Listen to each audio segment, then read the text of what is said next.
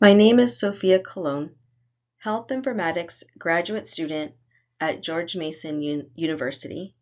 This presentation is an assignment for the course HAP 823, Comparative Effectiveness, instructed by Dr. Farrokh Alemi and Dr. Ronald Woodaman. My presentation reviews question 1 from week 3, Do Operation in Causal Networks. Question 1. Analyze the recovery rates of 700 patients who were prescribed a drug, half of whom took the medication. This problem is based on example 1.2.1 in the book Causal Inferences in Statistics, a Primer. The table on the following slides gives the recovery rates of 700 patients who were prescribed a drug, half of whom took the medication. We will answer the following questions. What is the probability of taking medications given that the person is female? What is the probability of the remission of symptoms given that the person has taken their medication and the patient is female? Which variable is leading to a selection bias if we had observational data on these three variables and wanted to measure impact of taking the medication? What is the impact of taking the medication?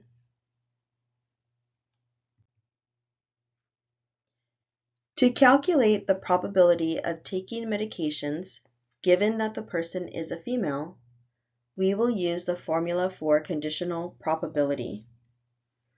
The probability of A given B is the probability of A and B divided by the probability of B, whereas A is the event of taking medication and B is the event of being female.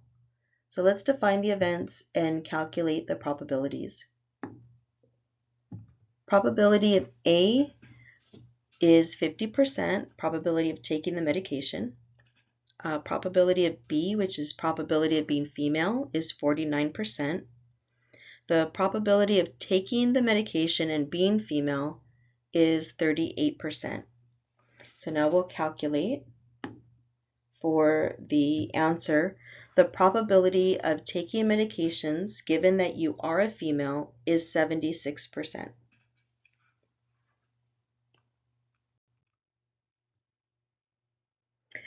So now to calculate the probability of remission, given that a person is female and has taken medication, we can use the do expression to isolate the effect of taking the medication while accounting for gender to examine its causal effect on remission.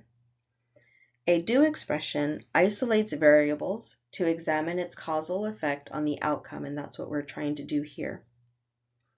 So we have our formula, the conditional probability of Y when we intervene for X given Z, whereas Y equals 1, the event of remission is yes, X equals 1, the event of taking the medication is yes, Z equals 1, the event of being female is yes. So let's calculate the conditional probabilities that isolate for gender. Probability of remission given female and took medication is 73%. Probability of remission given female and did not take medication is 69%. Now we compare for the causal effect on remission by subtracting the probability of females who did take medication from the probability of females who did not take medication. And the result is 0.043. So this means that there is a 4.3% increase in the probability of remission for females who take the medication compared to females who do not take the medication. Selection bias occurs when the sample is not representative of the population. The variables have an influence on the treatment and outcome and can lead to incorrect findings and misinterpretations. In this study, the variable leading to selection bias is gender because it is a confounding variable that influences both the likelihood of taking medication and the likelihood of remission of symptoms.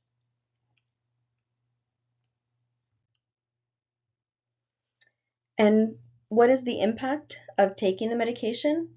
Well, the impact is a 4.3% increase in the probability of remission for females who take the medication.